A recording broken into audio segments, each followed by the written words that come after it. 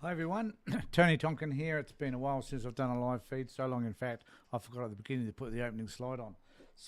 But I'm just hoping that as many people can join us as possible to have this conversation about something that arose today in the media that we needed to talk about.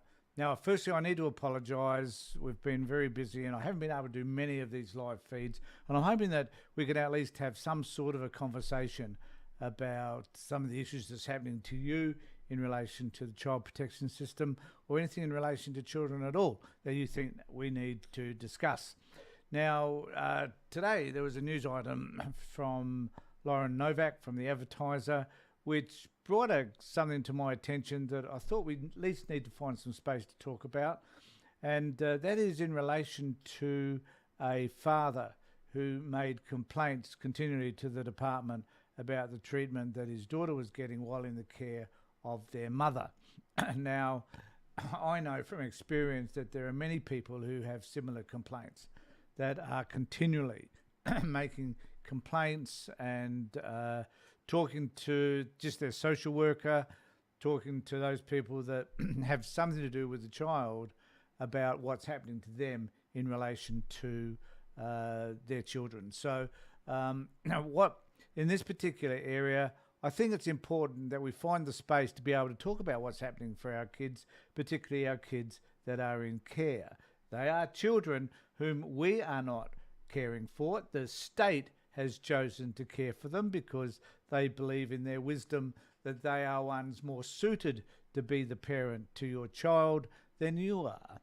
And so we need to take up the mantle, I guess, and we need to be able to say to the department, well, you're doing a crappy job, when you know they actually are doing a crappy job and the impact of the child being in care is detrimental to the child. Or in this case, where we know that they're allowing access to a parent and that parent is not acting appropriately or is harming the child in some form or another. In this case, there's instances where the father had noted or others had noted that the child was being strangled by the mother. And I think it's about time that we took a hefty stand against some of this. I'm going to have a look at Lauren's article around this, and I'll go through it with you so you can better understand what I am talking about. So in this article, it's titled, SA Father Says DCP Minister Ignored Pleas for Daughter's Safety for 8 months. And it goes on to say, a father who fears his young daughter's lives are at risk while they are with their mother, says the Child Protection Department and Minister ignored his pleas for help for 8 months. It was not until contacted by the Advertiser on Friday that Child Protection Minister Gabrielle Hildard said she would step in and discuss the case. Now, what's interesting about this, I think, is that it took firstly someone to contact Lauren, and it also took then Lauren the effort to contact the minister and ask her what was happening. And then we need to have a few caveats around this. So the first is that the minister may do nothing, that the minister was simply saying to Lauren, who's a reporter for the Advertiser on social issues, well, here we are, we've got a situation. Yes, Lauren, I will do something about it. The chances of her doing anything are pretty remote. So I'm pretty sure that Lauren gave her all the details, father's name, child's name, and hopefully the minister may make an inquiry. I think the other thing to point out here is that good on this bloke for making a complaint directly to Lauren and the Advertiser. Good on Lauren for reporting that she has reported this. But what we would like to know is what is the outcome. So if this particular parent is actually online or can speak to us about this experience, we won't mention any names, but we would be interested to know exactly what happens in this particular case. So the issue was that she first raised the alarm in January when he says his eldest of his 2 daughters, aged 7, told her mother had grabbed my neck and squeezed. He took the girl to hospital, where a mandatory notification was made to the Child Protection Department and the disclosure reported to police the next day. The man, who asked to remain anonymous, which is fair enough, to protect his daughters, said a hospital doctor told him the Child Protection Department had advised he not returned the girls to their mother and said they would contact him soon. However, this did not happen. He has since continued sharing custody of the kids. Now, we don't know necessarily what happened around that, why he returned them.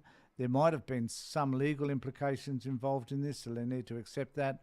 The man said he feared for his daughter's safety because his ex-partner allegedly committed abuse against him and the children during their relationship. The father, who holds a valid working with children's clearance, so he's been cleared around working with kids, said he called and emailed multiple people within the department and minister's office over the past 8 months. And of course, it is no surprise to us that the department didn't respond to him. So we need to be able to ask ourselves, well, why did the department respond now? Maybe because Lauren threatened, well, I've got this article which I'm going to write about the department not doing anything for this person. He's been working at this for 8 months and you haven't done anything. So I'm going to write an article and you better try and find a way to respond. So he says, now I think this is interesting for all of us who work within the department. They've been completely unwilling to communicate with me to keep them safe. They've had all this time and lots of reminders. When their mum and I still lived together, she implied that if I went to authorities that she was going to kill herself and the girls. Since then, there's been numerous occasions where both the girls have had strange, unexplained injuries that seem suspicious. It's entirely possible that it will escalate. And he says, I'm scared, I'm terrified. Should anything further happen to my children, I like to think that the Child Protection Department would have done all they could to help. Now, interesting response from the department. A spokeswoman for the department on Friday said it takes allegations of abuse and neglect against children and young people seriously. Well, good for them. We are aware of the family and the needs of the children. Services are in place to support the children, she said, but did not elaborate. The advertiser contacted the office about the case earlier this month and asked them to contact the man. He said this did not happen until Friday when this story was prepared for publication. I rest my case. So it seems obvious that until Lauren told them that she was going to publish this article, that the department chose to do anything about it. So when we're thinking about how we can best negotiate it is this, I think we need to understand that the department is not transparent. That no matter how many times many of us, including myself, make complaints to the department about the way children are being treated, we're often ignored. I'm certainly ignored, and I'm so-called professional in this area. So parents find it even more and more difficult. I have heaps and heaps of people contact CPP asking us to be able to help them with their cases. I would like people to understand how difficult it is. It isn't that we don't try, we try. But it isn't until we can produce some sort of leverage, some sort of public disclosure, if you like, about what's happening for some of these parents, then nothing will ever seem to be done. And I take my hat off to Lauren for having reported this, but it is interesting to note that the minister, just like all ministers before her, completely ignore what's happening for parents and will only respond when there is additional pressure brought to bear. And that, unfortunately, is through the media. And of course, my main issue around that is that even cases that are brought to the media have their moment of glory, if you like. They are recognised as they're happening, but then they fade away. Nothing ever seems to change. So the question we need to be asking in this particular case is why didn't the minister or someone on her behalf respond appropriately when this father made these allegations? And part of the problem there, I think, is that most of the time, or a lot of the time, the department hasn't got the time to make those investigations, certainly hasn't got the time to make an inquiry, and so they choose basically to do nothing, regardless of how damaged the kid may become as a result of another person's behaviour. So it's critical, I think, that we try and understand that there are things that we can do, but what we actually need to do in order to bring the changes that we need in the child protection system is that we all need to get together and we all need to advocate at the same time. Now, what I'm going to suggest to you, and I hope many of you take up this opportunity, is I'm going to suggest that every one of you who's got a complaint, I suggest that you send it to the minister, and that you also send DCP complaints at sa.gov.au if you want to email it, and if you send your issues to Lauren Novak and give Lauren a whole big picture as to what's been happening. Maybe you should do a general story about what's happening for people in the child protection space. So Lucetta says they do nothing. I send pictures of a friend's son full of bruises while on care. Nothing happened. They cover up their own carer's violence. And there's an element of truth in that as well. And if anybody else would like to make a comment about efforts that they've made in order to have their issues heard, we'd be more than happy to hear what those issues were. What effort did you make? Was it, did you get any response? If people could record what sort of response that you might have received. So we've got another comment here. Who do I contact? Victoria, we've got a branch in Victoria. I suggest you just look up Department of Human Services, whoever it is in Victoria. Just Google it, have a look. They've got an email address somewhere, and email them. Find out who your Minister for Child Protection is. I should know. I was only talking about him the other day. So contact them. Do what you can. Don't sit idle. Everybody, just look, a brief email, just highlighting specifically what's been happening for you and your children, the number of contacts that you've made to the department, the type of responses that you've got. No one seems to care. Send them off. Then I would suggest you contact your local paper, the state paper, whatever that is, the Age, whatever. If you're in Victoria, whatever state you're in, contact your local paper and let them know what's been happening for you. Just contact the editor and bombard these people with a stack of information about what's happening to you in relation to your kids and the concerns that you might have about their well-being if they're in care. Shane says, same with forced adoption issues, focus from departments comes and goes depending on media influence. If you've got anything else, I can't see any comments in there, damn. Please let me know.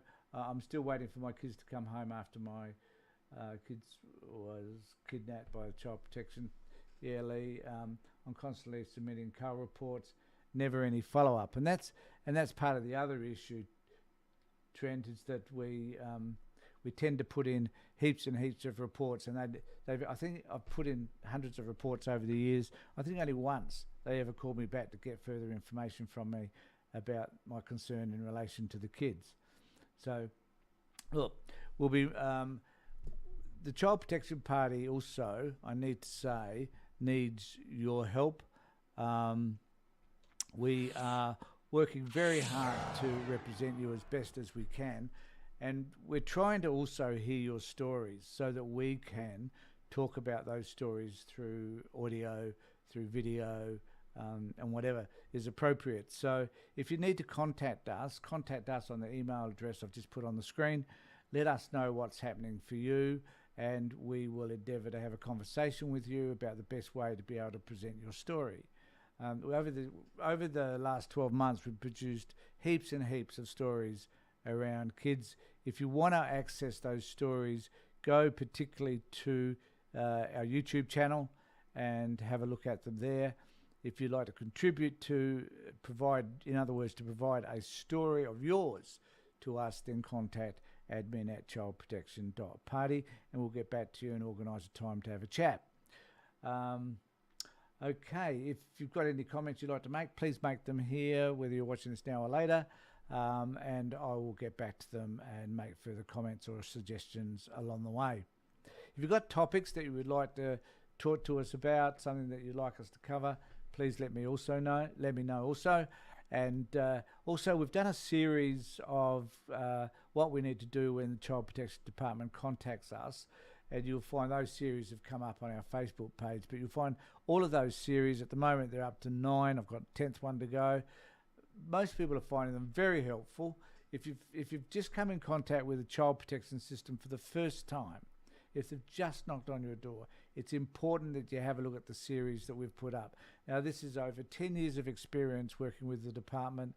A lot of the ideas people find extremely helpful. So go to our YouTube channel, subscribe to our YouTube channel so that you'll get further notifications. The subscription, just as a reminder, will pop up now. Let us know what you think. If there's any other topics that you'd like to have discussed in that series, issues that you've got that you don't know how to resolve that perhaps we haven't covered in the future 10 episodes of our series, then please let us know at CPP, because we'd love to be able to fill those gaps where possible. So thanks everybody. Thanks for being with me. Take care, look after yourselves, and more importantly, keep yourselves and your children safe.